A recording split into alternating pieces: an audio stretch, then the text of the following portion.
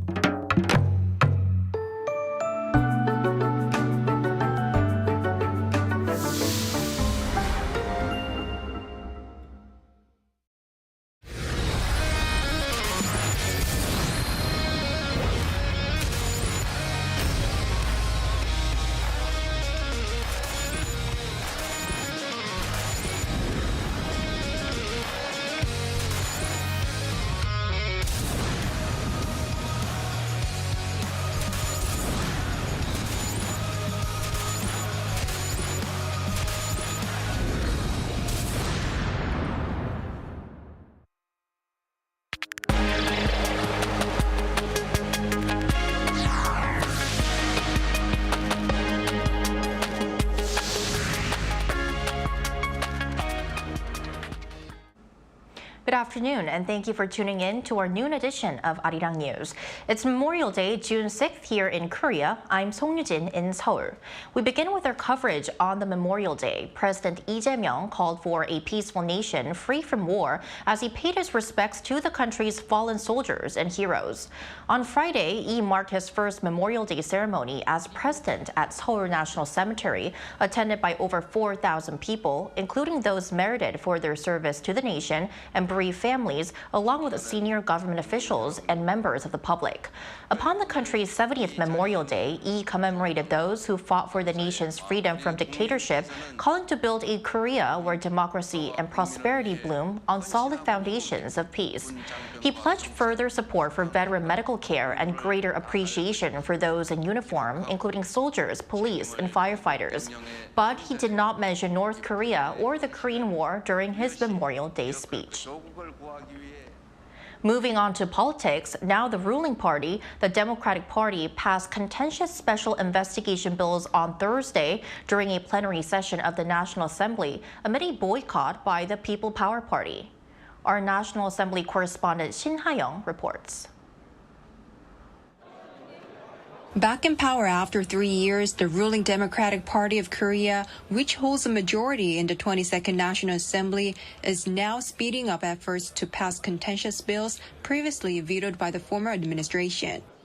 The ruling party on Thursday unilaterally passed a special investigation bill into the death of a Marine during flood rescue operations in 2023, which had been passed by the Assembly 3 times but then vetoed by the Yoon Suk-yeol administration.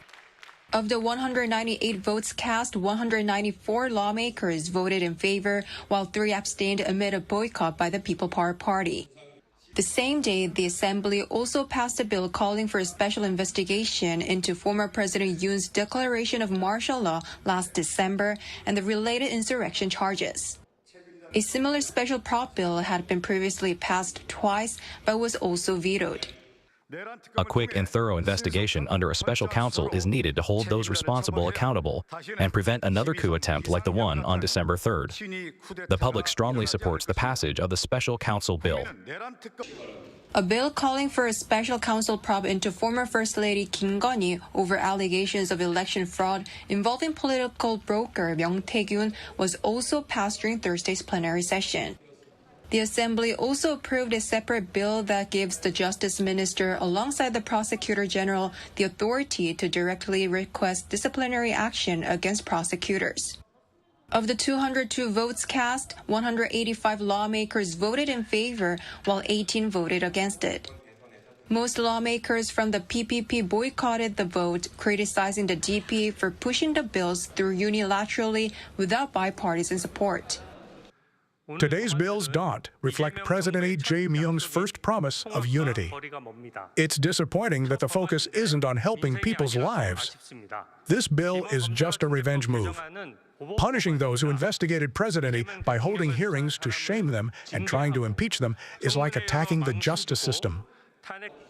Meanwhile, ahead of Thursday's vote, Assembly Speaker Woo Won-sik said that as the Lee administration begins, respecting and cooperating with the parliament is essential for national unity and a successful government, urging the new government to keep this in mind. Jae-myung, Arirang News. Now turning to international news, there are signs of easing trade tensions between the United States and China. The leaders of the two countries held a phone call on Thursday, the first since President Donald Trump took office in January. Now, President Trump described the conversation as, quote, positive. Our Park Geon-woo has more. Expectations are growing for renewed trade talks between the U.S. and China following months of tensions. That comes after U.S. President Donald Trump said he held a phone call with Chinese President Xi Jinping on Thursday, his first since returning to the Oval Office. Trump described the 90-minute call as a very good talk, saying the main focus was on trade with positive outcomes. We had a very good talk, and we've straightened out any complexity. We're in very good shape with China and the trade deal. We have a deal with China, as you know, but we were straightening out some of the points, having to do mostly with rare earth magnets. After the call, Trump posted on social media that follow-up talks will be arranged soon, involving Treasury Secretary Scott Bessent and Commerce Secretary Howard Lutnick. He also said that he has accepted an invitation from Beijing to visit China with the First Lady. Trump said he also invited Xi to the U.S., expressing hope that such a visit would take place. China's state media outlet Xinhua also confirmed the conversation, saying it was requested by the White House. It reported that Xi had requested Washington to remove negative measures against Beijing, to stick to the recent agreement made in Geneva. Xinhua also reported China's message to the U.S. to handle Taiwan with prudence, to avoid being dragged into a dangerous situation of conflict by Taiwan independent separatists. The report also said Trump expressed a welcoming stance toward Chinese students willing to study in the U.S., signaling a policy change. Park Geon-woo, Arirang News. Now to the economy. The United States has once again placed South Korea on its monitoring list for foreign exchange practices. In its latest semi-annual report released Thursday, the U.S. Treasury Department cited South Korea's large bilateral trade surplus and also current account surplus as key reasons, the same criteria that brought the country back onto the list last November. In response, the Finance Ministry said it will maintain close communication with the Treasury Department to strengthen mutual understanding and trust in currency policy. The ministry also noted that ongoing consultations between the two governments on foreign exchange matters will continue with careful coordination.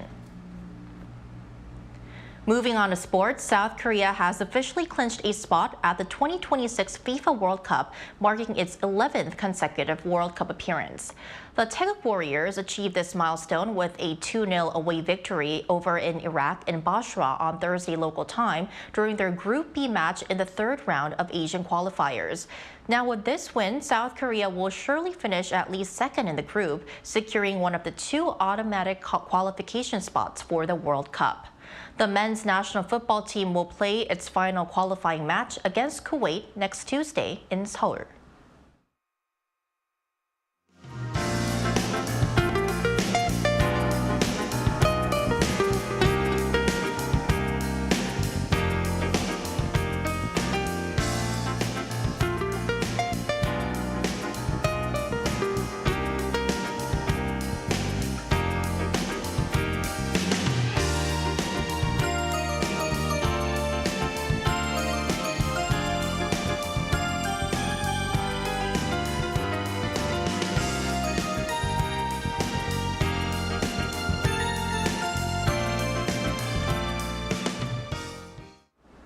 And that's all we have for our noon edition of Arirang News. Thank you for staying with us. And Arirang News will be back at 6 p.m. Korea time. Stay tuned.